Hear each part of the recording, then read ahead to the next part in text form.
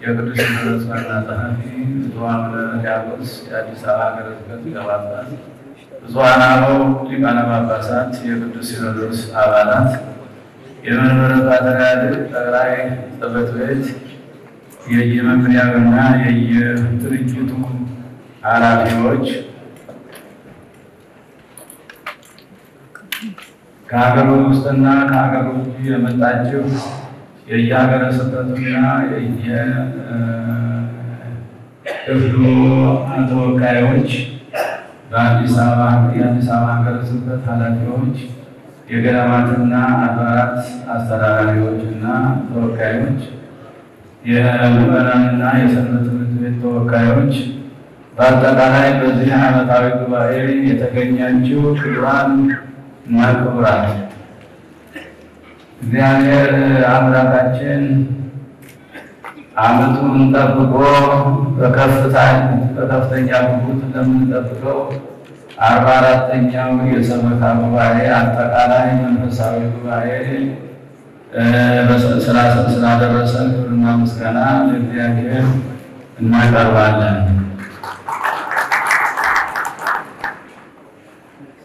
እናንተንም እንኳን ደህና መጣችሁ እንላለን። ዘከመ ተሐውሩ ከመ ጠቢባን በንጽ ወአኮ ከመ አብዳን፣ ጥበብ እንደሌላቸው ሳይሆን እንደ ጥበበኞች እንዴት በንጽ እንደምትመላለሱ ወቁ። ኤፌሶን 5:15 ሁሉንም መስጠት እና መርሳት የሚችለው እግዚአብሔር አምላካችን ጥበብን ለሰው ሁሉ ሰጥቷል። የሚሰጠው የጥበብ ደረጃም የተለያየ ቢሆንም እግዚአብሔር ከጥበብ ባዶ አድርጎ የፈጠረው ግን የለም። የእግዚአብሔር ስጦታዎች ለፍጡራን ሲሰጡ ሊጠቀምባቸው እንጂ እንዲሁ በከንቱ ሊያባክኗቸው አይደለም።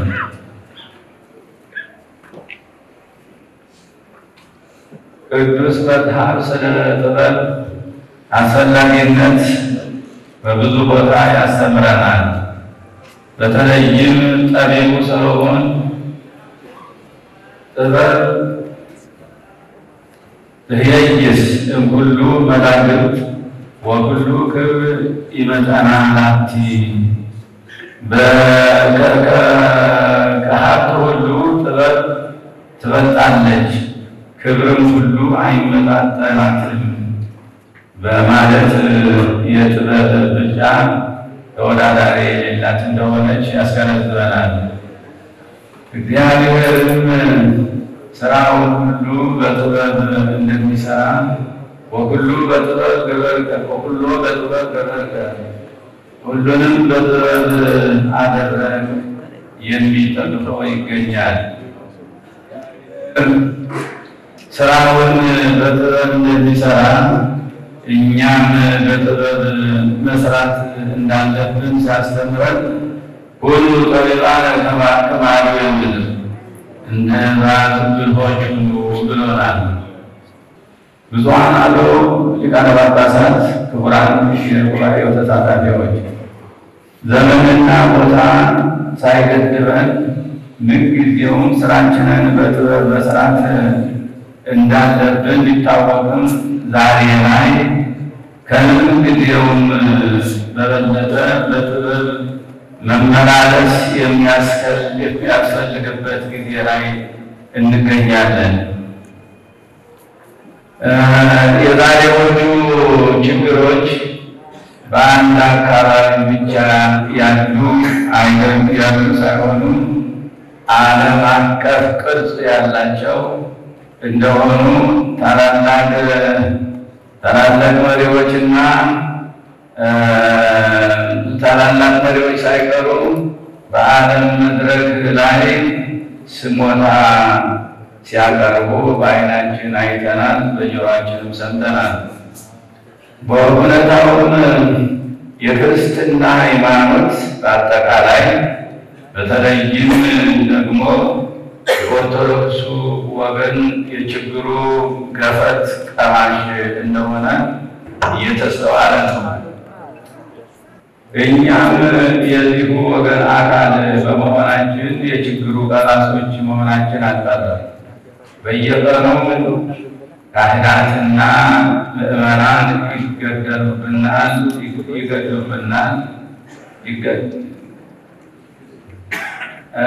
አብያተ ክርስቲያን ይቃጠሉብናል።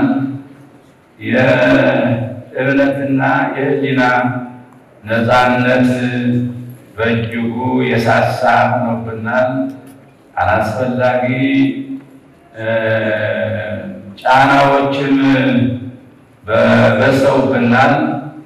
ከውስጥም ከውጭም ከውስጥም በተቀነባበረ ስሌት የቤተ ክርስቲያናችንን ስም ማጥፋት የዕለት ተግባራቸው ያደረጉ አካላት ተበራክተዋል። ቤተ ክርስቲያናችን ከነባሩና ረጅም ዘመን ካስቆጠረው ሰፊ ማዕድዋ እያበላቻቸው ያሉት መሆኑን ዘንግተው እንብላሽ እንዋጥሽ የሚሏት ወገኖች በዝተዋል። በእነዚህና በሌሎች ምክንያቶች አባቶች እንደ ልብ ተንቀሳቅሰው መስራት የማያስችሏቸው አጋጣሚዎች እየተፈጠሩ ነው። ታዲያ እነዚህን ፈተናዎች ለማለፍ ጥበብ ያስፈልጋል። ነገር ግን የጥበብ መከተል ማለት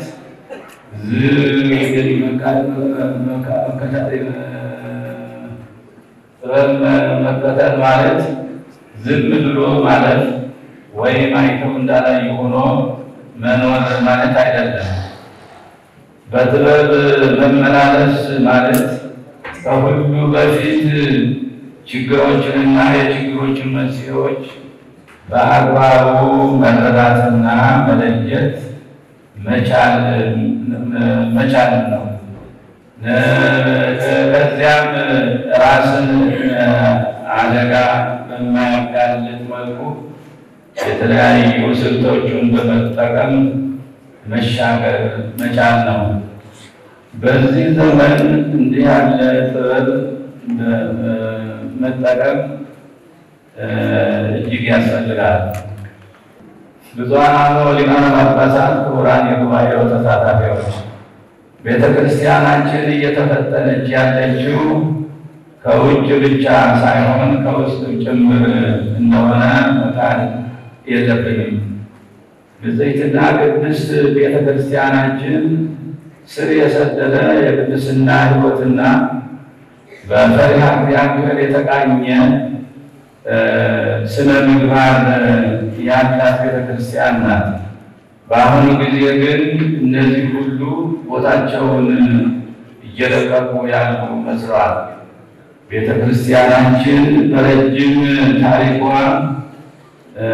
ሲያስተምሩም ሆነ ሲማሩ፣ ሲመኑም ሆነ ሲመነኩሱ፣ ሲቀድሱ ሆነ ሲያስቀድሱ ያለምንም ደሞዝ በራሳቸው አቅም በግብርና እየተዳደሩ ቤተ ክርስቲያንን በጥሩ ሰብዕና በንጽሕናና በቅድስና ጠብቀው ያስረከቡ እልፍ አእላፍ አበው እንደነበሯት ዛሬ የተሻለ ኑሮና ደሞዝ እያገኘ እግዚአብሔርን እንደ ቀኖናው በጥንቃቄ ማገልገል አቅቶናል። ምዕመናንም በዚሁ ምክንያት እየተሰናከሉ እንደሆኑ እየተስተዋለ ነው። ሚዲያውም ስህተቶችን ወደ ውጪ በማውጣት ሰድቦ ለሰላቢ እየዳረገን ነው። ይህ ሁሉ ሊሆን የቻለው የቤተ ክርስቲያናችን ሀብትና ንብረት በአግባቡ በመያዝ ለታለመለት ዓላማ ማዋል አለመቻላችን ነው። ይህ ችግር ባለበት ከቀጠለ ሌላ ጦስ ይዞብናል እንዳይመጣ ሁነኛ ለከት ማድረግ የግድ ይሆናል።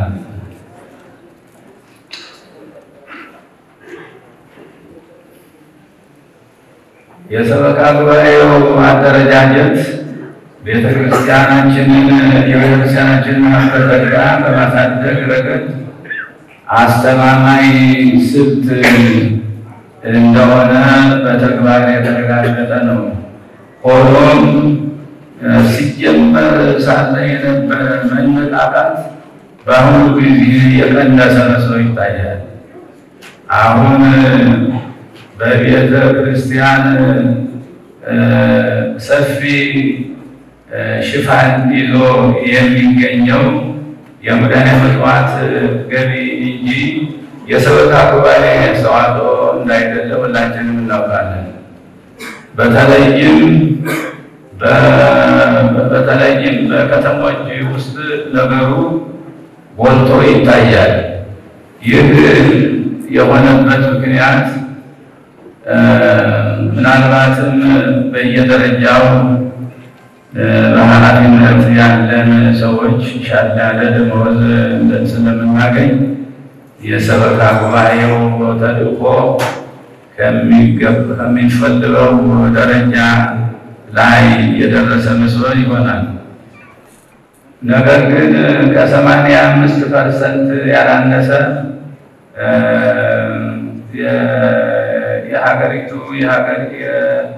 የሀገሪቱ ቤተክርስቲያን አገልጋዮች፣ መምህራን፣ ካህናት፣ ሁሉም የማናትና ካህናት ሁሉም ያለ ደመወዝ የሚኖር ነው። ሕዝበ ክርስቲያንም ከቤተ ክርስቲያን ሊያገኙ የሚገባቸው የበጎ አድራጎት፣ የጤና፣ የትምህርትና የማህበራዊ ዋስትና አገልግሎት በሚጠበቀው ደረጃ ሊያገኙ አልቻሉም። ገዳማትና የአብነት ትምህርት ቤቶች የገዳማትና የአብነት ትምህርት ቤቶችን ችግርም በነበሩበት የልማትና በነበሩበት የልመና ኑሮ እየቀጠሉ ነው። በውጤቱም በችግር የሚኖሩ ገዳማት የተዘጉ አብያተ ክርስቲያናትና የተዘጉ የአብነት ትምህርት ቤቶችና አብያተ ክርስቲያናት ከተበራከቱ ሰነባብተዋል። ታዲያ ይህንን ሁሉ መልክ ማስያዝ እና ቤተ ክርስቲያንን ለቀጣዩ ትውልድ ማሸጋገር የሚቻለው በጥበብና በጥበብ ሲሰራበት ብቻ ነው።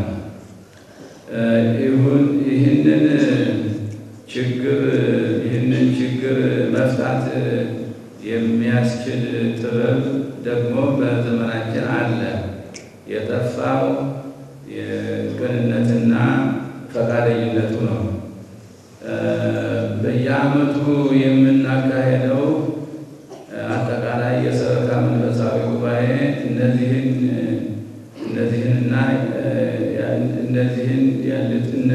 ያሉትን ችግሮች መቅረፍ የሚያስችል ካልሆነ ተሰብስበናል ማለቱ ብቻ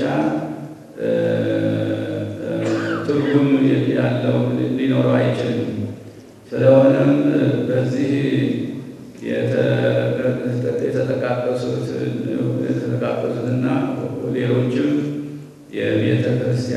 የዘመናችን ተግዳሮቶች ካሉ በዚህ ጉባኤ በማንሳት በማየትና በመገምገም ለቤተ ክርስቲያናችን አሸጋሪና ጥበባዊ ውሳኔ እንዲያሳልፍ አባታዊ ጥሪያችንን እናስተላልፋለን። በመጨረሻ ዓመታዊው ዓለም አቀፍ የኢትዮጵያ ኦርቶዶክስ ተዋሕዶ ቤተ ክርስቲያን አጠቃላይ የሰበካ ጉባኤ መንፈሳዊ ጉባኤ በዛሬው ዕለት በጸሎተ ወንጌል የተከፈተ መሆኑን በእግዚአብሔር ስም እናበስራለን። መልካም ጉባኤ ያድርግልን። እግዚአብሔር አምላክ ኢትዮጵያና ሕዝቦቿን ይባርክ። ወስብሐት ለእግዚአብሔር አሜን። ጥቅምት 4 ቀን 2018 ዓመተ ምህረት አዲስ አበባ ኢትዮጵያ